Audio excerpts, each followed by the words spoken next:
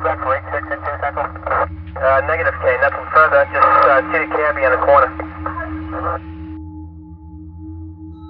That night, the air in Bergen County cut straight to the bone. The fog hung low, weaving through the houses like a ghost's breath that refused to leave. I had just taken a sip of instant coffee from my thermos when the radio shattered the silence in my patrol car. Unit 27, report of a disturbance at 148 Fairview Drive, possible domestic violence. The operator's flat tone should have kept me calm, routine, ordinary, but somehow there was something in her voice that felt heavy. I've been working the night shift for 2 years now, and I know exactly how the dark can play tricks on your mind. Sometimes what sounds like a scream is just a TV, or two people arguing over something small. But when I turned the wheel and entered the street, she mentioned, the air felt different, too still, as if the whole neighborhood had stopped breathing. Streetlights reflected off my hood, forming golden streaks across the asphalt slick with dew. The house at the end of the cul-de-sac looked unfamiliar, even under the harsh beam of my patrol lights. Its windows were pitch black, like eyes tightly shut. Only one car sat in the garage, a blue Toyota Sienna. Older model. I jotted the plate number into my notebook, muscle memory by now. I killed the engine, but left the hazard lights flashing, as if to signal that someone out here was still awake, still aware amid an ocean of sleep. I knocked on the front door 3 times. The sound echoed faintly through the walls, then vanished. No footsteps, no television, nothing except the faint rustle of wind brushing against the trees. I knocked again, louder this time, but silence answered back. Then, from the left, a man stepped out from the neighboring house. He looked to be in his 50s, wearing an oversized flannel jacket. His face was tense, the kind of look people wear when they've seen something they shouldn't have. He hurried toward me, speaking in a hushed tone, as if afraid the house next door might overhear. "Officer, I'm the one who called." I heard screaming, loud, like someone being hurt. And then, nothing. I turned back to the dark house. It looked ordinary, 2 stories, a small yard out front, but the silence around it was too deep, like a hole swallowing every sound.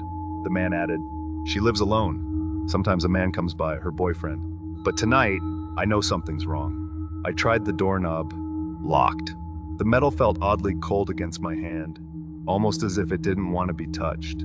I switched on my flashlight and walked around the side of the house, through overgrown bushes and uncut grass. At the back, the kitchen window was slightly open, just enough for someone to slip in or out. A thin curtain inside moved softly with the breeze. I pressed the radio button on my shoulder. "Unit 27 on site, possible forced entry, requesting backup immediately." My voice sounded steady, but my heartbeat wasn't. As I waited for confirmation, I stared at that window for a long time. There was something about this house that made my skin crawl. Not just the quiet, but the feeling that it was watching me back. Procedure said I should wait for backup, but reason doesn't always win. In the middle of a night like this, in silence, I took a slow breath, clipped the flashlight to my belt, and climbed up onto the window frame. Cold air rushed against my face as I slipped inside. The air inside the house felt damp and heavy. Every breath carried a metallic scent, mixed with old dust. From somewhere near the stairs came a faint smell of rust. I walked slowly, flipping light switches one by one. The bulbs flickered on, only to reveal how dull the walls were, and how thick the dust had settled in every corner. Shadows gathered between the furniture, making the room feel smaller, tighter. My footsteps creaked against the wooden floor, each sound echoing through a silence too deep to feel normal. "Police department! Whoever's in here, show yourself!" I called out, sweeping my flashlight toward the stairs. No answer.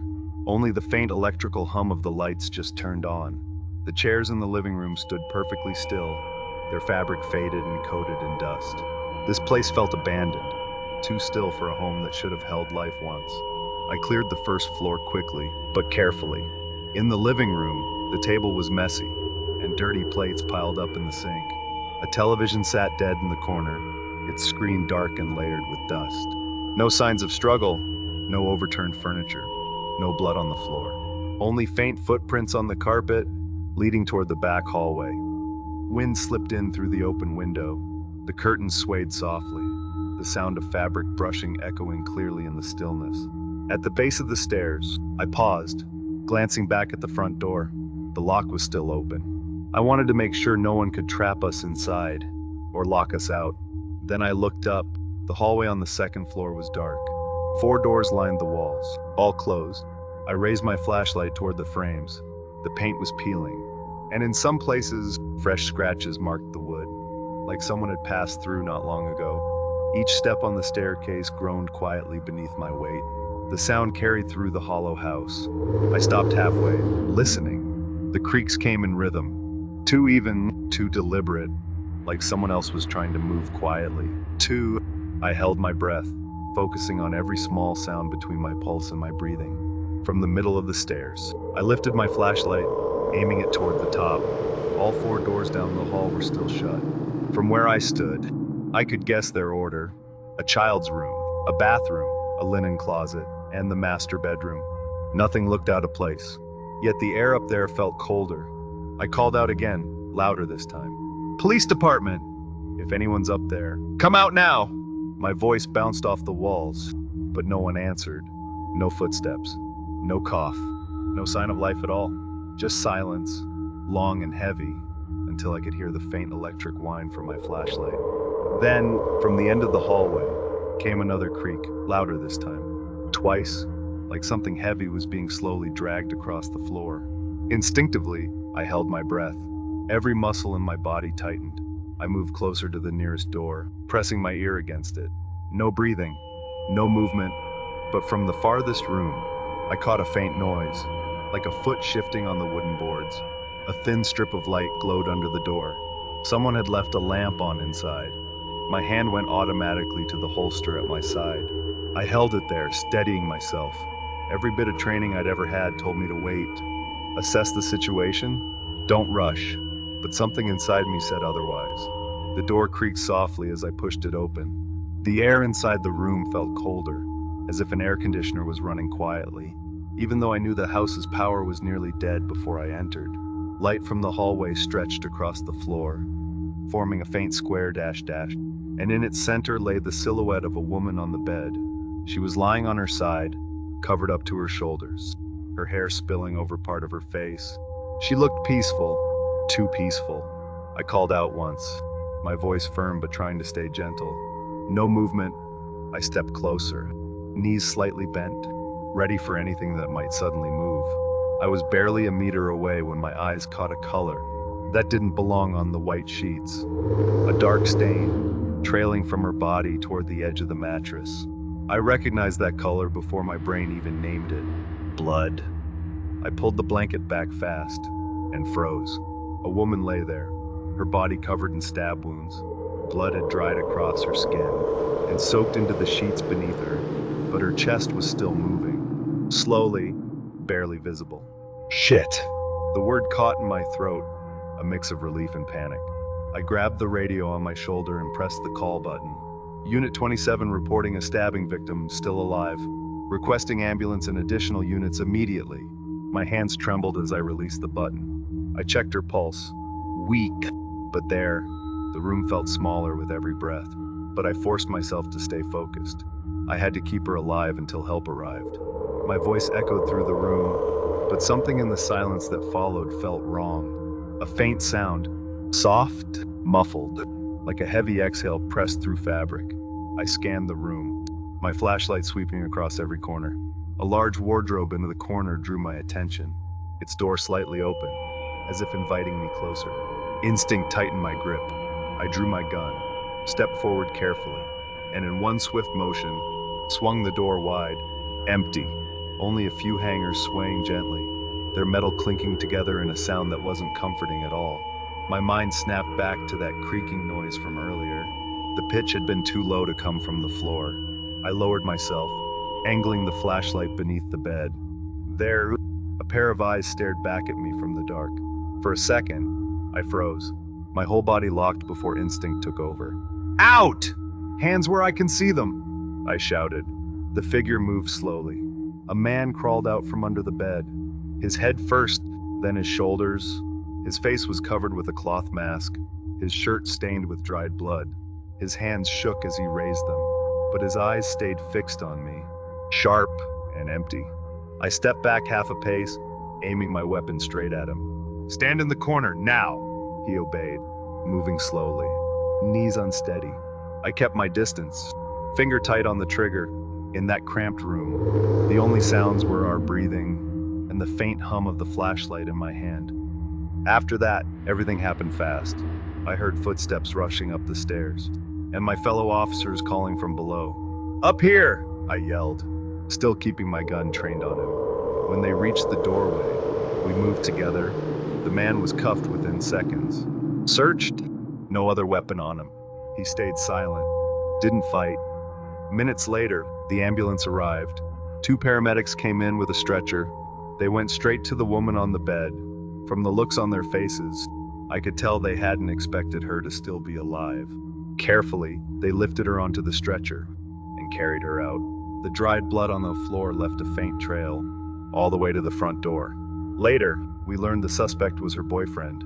He said it started with an argument. Jealousy, he claimed. But that night, I wasn't thinking about motives or reports. That night, the air was damp, as it usually is in South Jersey. When fog from the marshes begins to creep onto the road, I was alone in my patrol car, driving a route so empty that even delivery truck drivers rarely used it. The streetlights ended right at the town's edge. Beyond that, there was only darkness, forest, and the reflection of my headlights gliding over the wet asphalt. It had been almost an hour with no calls on the radio. No accidents, no reports, just the hum of the engine and the sound of wind echoing off the windshield. Outside the window, the night seemed to swallow everything. The tall trees on both sides of the road stood like black walls, and every time I passed them, I felt like something was moving behind the trunks. Maybe just an illusion. Or maybe my eyes were getting tired of the dark for too long. The radio on the dashboard crackled with static every few minutes, just enough to remind me I wasn't completely alone. But even that static felt like part of the silence. Then I saw it, 2 faint red reflections, on the right side of the road. At first, I thought they were the eyes of an animal, maybe a deer that had wandered onto the highway. But as my headlights drew closer, the shape became clearer. It wasn't an animal. It was the taillights of a car, stopped on the grass, tilted slightly toward the ditch. The driver's door was open, hanging there, like a gaping mouth in the dark. I slowed the car and pulled over. Every second felt longer than it should. No other vehicles passed by. No houses around, just the forest, dark, and the air heavy with the smell of wet soil. I didn't know why my heart began to race. Maybe instinct, or maybe just that uneasy feeling that comes when you see something that shouldn't be there. I stepped out, turned on my flashlight, and the beam cut through the darkness, like a knife slicing between night and reality. The grass beneath my boots was still wet with dew. In the distance, the crickets suddenly stopped, as if they knew something new had entered their territory. Only the wind remained, blowing softly, carrying the scent of the forest, and something faint, something metallic, like rusted iron. I walked slowly toward the car, my flashlight aimed at the open door. In the silence, I felt watched, not from the road, but from the forest itself. Then, somewhere in the darkness to the right, something moved. Someone stepped out from behind the car door. The movement was strange, stiff, but not clumsy, like someone who had been sitting still for too long. The figure was thin, shoulders slumped, face hidden in the dark. He stood there for a few seconds. The beam of my flashlight hit the bottom of his chin, just enough to see the pale skin and the dirty shirt clinging to him. I thought he might need help, but before I could speak, he turned and ran, not toward the road, but straight into the forest. His movements were fast, almost silent, and within seconds, he vanished among the dark trees. I pressed the button on the radio, reporting my location and situation. With a voice I tried to keep steady, even though my breathing was faster than usual. My words were cut off by static, and for a second I thought the signal had died. But then the operator's voice came through, flat and calm, as if this was just another routine report. A stalled car, a broken streetlight. I wanted to believe that too, but the air around me was already telling a different story. As I stepped closer, the dampness in the air began to change. It wasn't just fog or wet soil anymore. It was sharper, heavier, and it stabbed at my nose. That smell hit me all at once, like an invisible wall I'd just walked through. I stopped, letting my lungs adjust, but it didn't help. The stench filled the air, clung to my skin, to my throat, as if it were alive, and determined to stay there. I knew that smell. Anyone who's ever found roadkill or arrived at the scene of a serious crash knows that smell. But this one was different, older, thicker, like death itself, that had settled in the wrong place for far too long. My flashlight beam cut through the darkness and lit up the inside of the car. The front seats were empty. The seatbelt hung loose, as if it had just been unbuckled. On the floor, there were a few items: a plastic cup, fast food wrappers, and something that looked like a crumpled tissue. But in the back seat, the scene changed. The tissues weren't white anymore. They were dark red, wet. Some of them stuck together, like cloth soaked in blood for hours. There were wadded up paper towels too, as if someone had tried to clean something and gave up halfway. I swallowed hard, trying to keep down the nausea rising in my chest. The air inside the car felt like a sealed room, one that hadn't been opened in a long time. Every breath made the smell stronger, thicker, more real. I wanted to step back, but my feet wouldn't move. Something stronger than fear held me there, a kind of professional instinct, demanding to know what had really happened here. I walked around the car, still motionless at the side of the road, my flashlight sweeping slowly across its surface. The air was getting colder, and every breath left a faint mist in the damp night. I knelt down to check the tires and the ground, but the grass was too soft, too wet, to leave any clear tracks. No signs of someone being dragged or running away from the car. It was as if the driver had simply vanished into the trees. When my flashlight caught the back of the vehicle, I noticed something strange. The license plate was missing, just two empty screw holes glinting under the light. My chest tightened. A car without plates rarely meant anything good.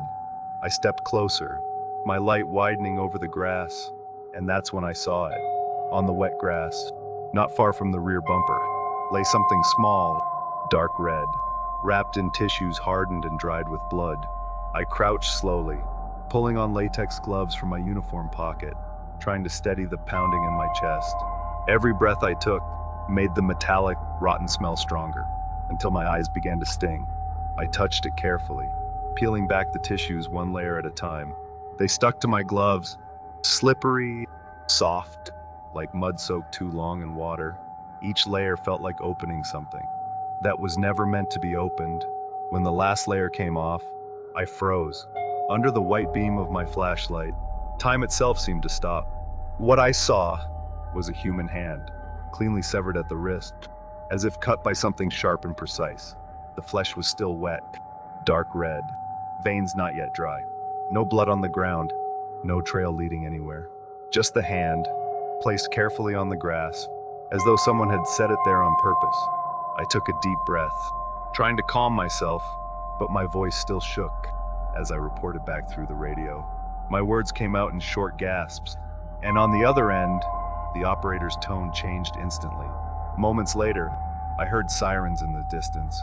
First one, then two, cutting through the silence, echoing through the trees. A few minutes later, the place was lit by the lights of other patrol cars. The other officers stepped out, their expressions shifting. The moment they saw what I'd found, one of them called for forensics, while another began scanning the forest with a searchlight. We brought in tracking dog, searched for hours, but nothing. No blood on the ground, no clothing, no signs of a struggle, not even footprints.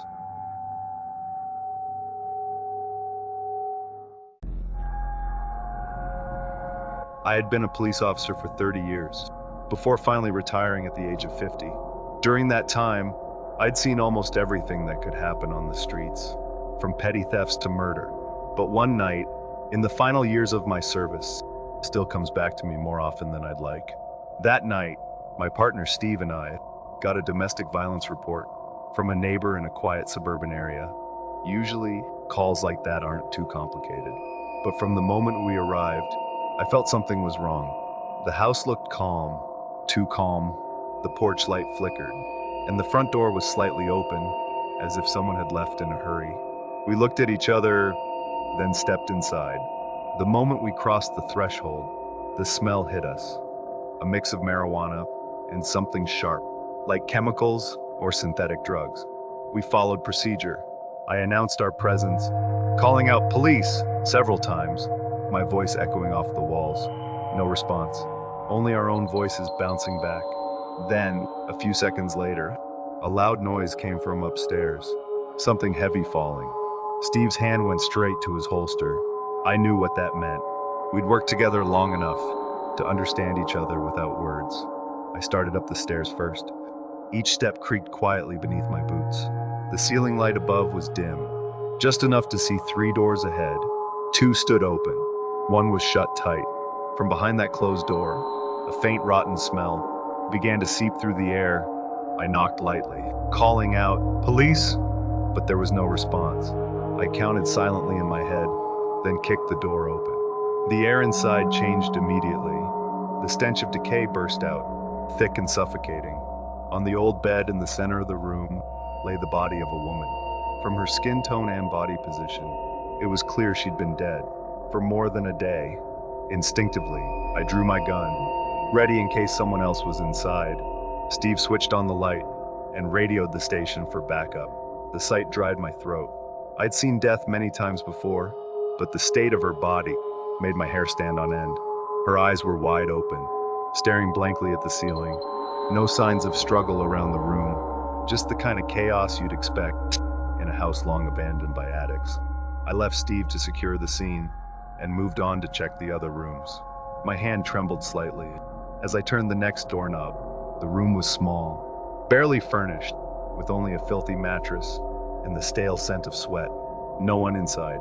But before I could step out, Steve's scream made me spin around instantly.